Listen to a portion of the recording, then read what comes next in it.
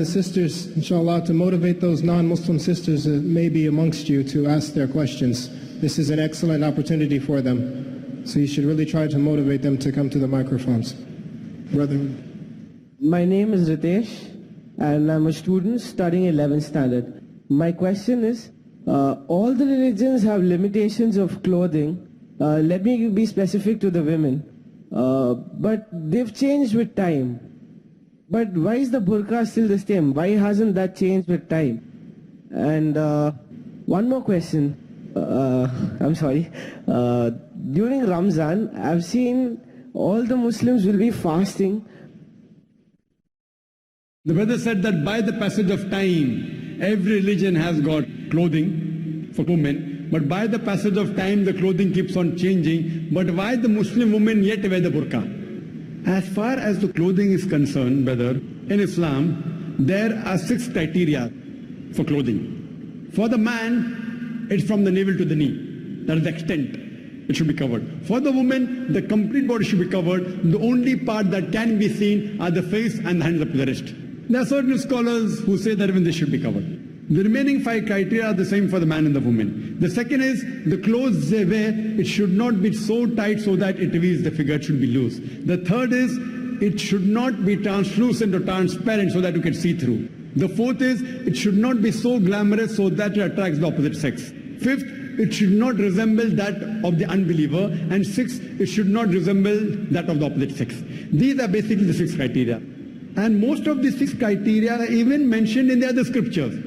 If you read the Bible, it's mentioned in the Bible in the book of Deuteronomy, chapter number 22, verse number 5. It says that the woman shall not wear clothes that which pertain to a man, and a man shall not wear clothes that which pertain to a woman. All those who do this, they are creating an abomination. It's further mentioned in the Bible in the 1 Timothy, chapter number 2, verse number 9, that the woman should be dressed up with shamefacedness and sobriety.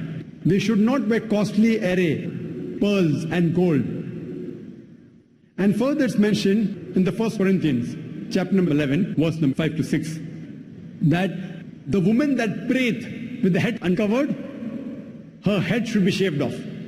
There's no verse in the Qur'an and the Hadith which says that the woman who does not cover her head should be shaved off, but the Bible is stricter. Bible is stricter than the Qur'an, that if the woman that prays does not cover the head should be shaved off. The same thing in the Hindu scripture. If you read the Hindu scriptures, it's mentioned in Ramayana that when Pasuram, when he comes to Ram, he says to his wife Sita that he the elder, therefore lower your gaze and guard your modesty. It's further mentioned if you read Rigved, book number 10, chapter number 85, verse number 30. It says that the woman who wears the clothes of a man, she is defiling it. She should not wear the clothes of a man. Further, it's mentioned that in Rigved, book number 8, that Brahma has ordered that the woman should cover her head. So in Hindu scriptures, Christian scriptures, Muslim scriptures, modesty is there, covering the head is there. By the passage of time, I do agree with you that Christianity now, you only see the nuns covering the head. They are called pious. If Muslim women cover their head, they are called as subjugated. Why? Double standards. If you see a nun covered properly, therefore you see the photograph of Mother Mary. Have you seen the photograph of Mother Mary? Like a Muslimah. And she was a Muslimah, Muslim woman. Properly covered, with the wrist, only face seen. What I do agree with you, if you stick to the 6 criteria, by fashion, the types of hijab, the burqa, abaya has changed. As long as you follow the 6 principles of Islam and you change the color from black to blue to brown, no problem. As long as you don't break any of the 6 criteria, therefore you see new styles of hijab. But some styles of burqa, they are so fashionable that they break the law of Islam. There are so many shiny sequences coming that you're attracting the opposite sex. So that is haram. But otherwise, you want to wear red, you want to wear black color, no problem. People think black is compulsory. Black is not compulsory. If you wear black, maybe you may have to wash the burqa once in a week. If you wear white, you may have to wash every day. The choice is yours. You wear white and wash it every day. You wear black and wash it once a week. Choice is yours. As long as it doesn't break any of the criteria, 6 criteria of hijab. So now there are new types of hijab coming. As long as it doesn't break, you are allowed. But it should be modest. If it's modest, it's accepted. Second question. That you see in Ramadan that people fast. When they fast in the day, in the evening they feast. And I would like to thank you for asking this question. See, why do we fast? Allah says in the Qur'an in Surah Baqarah, chapter number 2, verse number 183, that fasting has been prescribed to you as it was prescribed to people who came before you, so that you may learn self-restraint, you may learn taqwa. And today, scientists they tell us, if you can control your hunger, you can control almost all your desires. So if you can fast, you can control your other desires. But I do agree with you, if not all, many Muslims, if you say most also, I would not mind agreeing with you, that they fast, and when they break the fast, they feast. So that defeats the purpose, I do agree with you. And many of them convert the day into night and night into day. They sleep the full day, and the full night they're playing cricket. In India, cricket. So you have to lead a normal life. Like a normal life, you have to do more ibadah, you have to worship God more. So normally when you fast, but natural, your meals are reduced. It is medically beneficial. But if you overeat, then there'll be a problem. But if you do it the correct way, there are various medical benefits of fasting, which you can refer to my video cassette. And I've given 64 episodes on fasting, which come during Ramadan. And inshallah, you can watch the various benefits of fasting. Hope that answers the question. Sister side, if you have a question from a non-Muslim sister, could you please state it?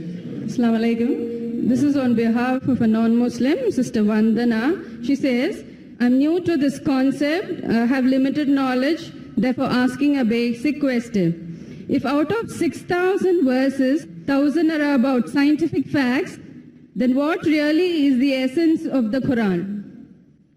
This is a very good question.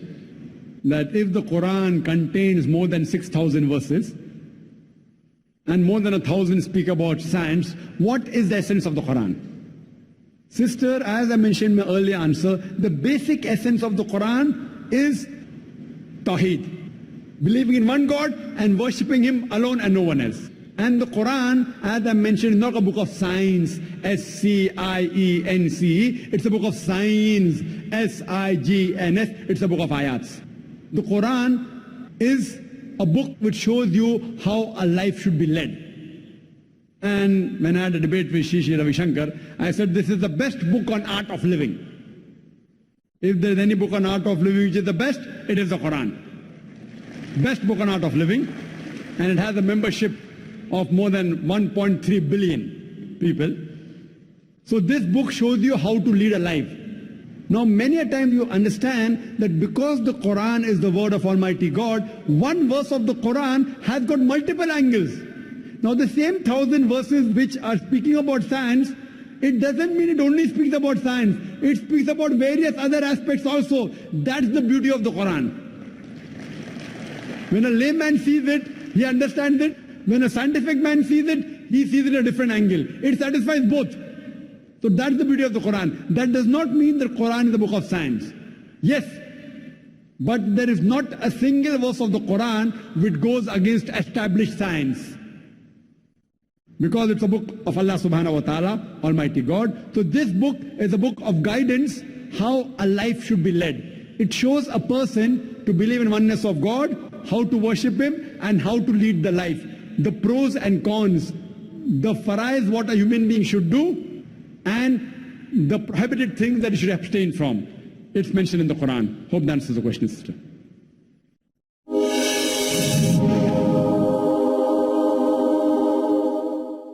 Assalamu alaikum. Sister, could please stay at the microphone. I'll come back to you after I take a question from the gentleman's side. If you have more questions from non-Muslims. If there's another sister who has a question, non-Muslim, then please allow her to come to the mic and ask her question as well. But until then, I'll go with the brother in the front. Good evening again, everyone. It was amazing to see how much science that the glorious Quran contained after your talk. But in most of the examples from the Quran which you gave, it is very difficult to comprehend what the Quran tells before actually the science discovers or invents that particular phenomenon. For example, you said in the honey there is healing of humanity in the Quran, and you mentioned it as it's about if a person is maybe say poisoned with a plant, the honey of the plant should be taken. So what is the use say of a almighty holy scripture talking about things which you are only able to comprehend after the real invention is made by science? So can you tell me now something from the Quran which will be invented by science later or yet to be invented? Well, that's a very good question. That I've mentioned many things about science indirectly, saying all this was already discovered earlier. And if Quran says something and after science has discovered, so what's the use? Can you tell me something which science hasn't discovered? Brother, that's the reason the Arabs were advanced in the field of astronomy. Why? Because they read the Quran. The Quran has a lot of information on astronomy. So when they read the Quran, they try and do more investigation. They do more research. And that's how they come to know. Quran is a telegraphic message. See, the book of science only on one subject. In medicine, one subject only requires volumes. So if that way the Quran is, this Quran, most of the human beings, they don't like to read. Oh, such a big book. So if God Almighty wrote in detail, then even a big building, you will require thousands of buildings to contain the message of the Quran. Quran is telegraphic message. So in telegraphic message, many of the Muslims, they read the Quran and they made advances in science. That's the reason we find, if you go back into history, the Muslims advanced in science and technology. But you pose the question, forget about the past. What about today? All what I've mentioned has been discovered earlier, but many of them were discovered by Muslims, some by non-Muslims, some by Europeans. What about things which science hasn't discovered? Fine. First I'll tell you those things which science hasn't established, but yet there are high chances, which Quran has testified, and I believe in it. For example, Quran says in Surah Shura, chapter number 42, verse number 29, that it's proved false by established science. Hypothesis. So my logic says, when 80% is 100% correct, and the remaining 20% is ambiguous, but not even 0.1% of that 20% is proved wrong. So my logic says that even that 20% inshallah will be correct. If not today, tomorrow, after 50 years, after 100 years, after 1,000 years, Allah Alam, God knows, they will prove there is life after death. They will prove there is jinn. They will prove there is hell. There is proof there is heaven, and so on and so forth. I can give another lecture on things which science hasn't proved, but inshallah will prove. Hope that answers the question. Thank you for the question. Sister Side, if you have another question from a non-Muslim sister, could you please state it? This is the last question from Sister Vandana. Your memory and grasping is phenomenal. Is there any mention about better memory power? Sister asked the question that my memory is phenomenal through the grace of Allah subhanahu wa ta'ala. Is there any verse in the Quran which speaks about memory? As far as people keep on asking me that what is the secret? Do you have a computer chip? What is the secret? The secret, it is given in the Quran. And in my Dawah training program, which I take for my students, I say there are three things required. Number one, the Quran says in Surah Al-Imran, chapter number 3, verse number 160, that if Allah helps you, none can overcome you. If Allah forsakes you, who is there then who can help you? So let the believers put the trust in Allah. Number one is trust in Allah. Number two, the Quran says in Surah Ankabut, chapter number 29, verse number 69, if you strive in the way of Allah subhanahu wa ta'ala, if you struggle and do jihad in the way of Allah subhanahu wa ta'ala, Allah will open up your pathways. Number two is hard work.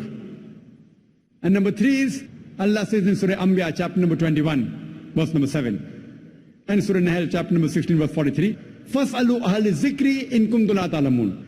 If you don't know, ask the person who is knowledgeable. The third is the technique. The technique which we train in our Dawah training program.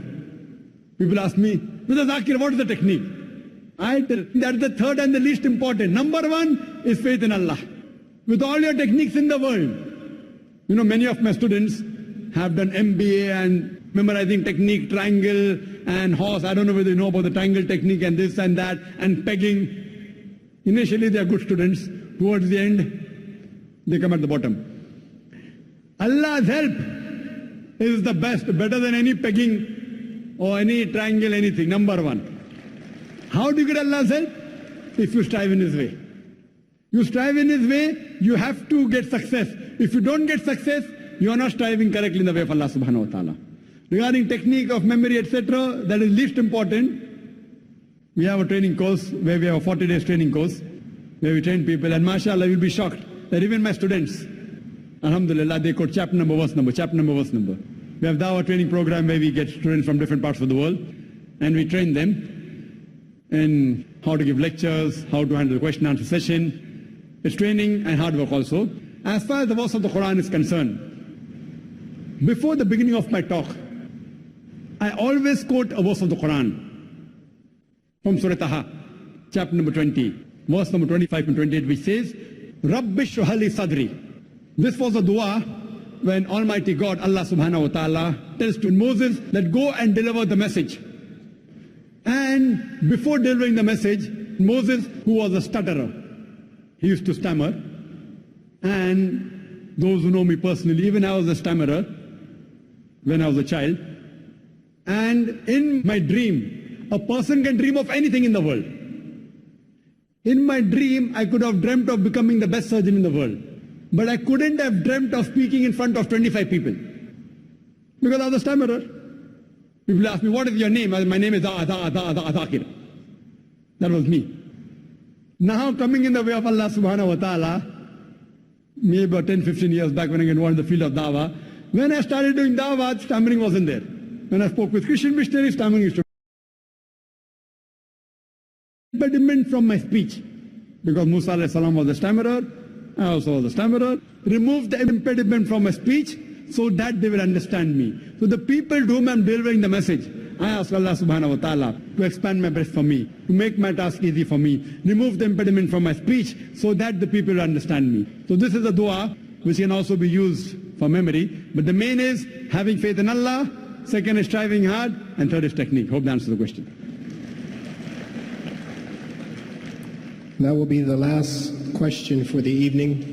And with that, we would like to end this, the second night of the 10-day International Conference and Exhibition brought to you by Peace Vision of Islam for Harmony, Awareness, and Education. Jazakallah khair for your attendance.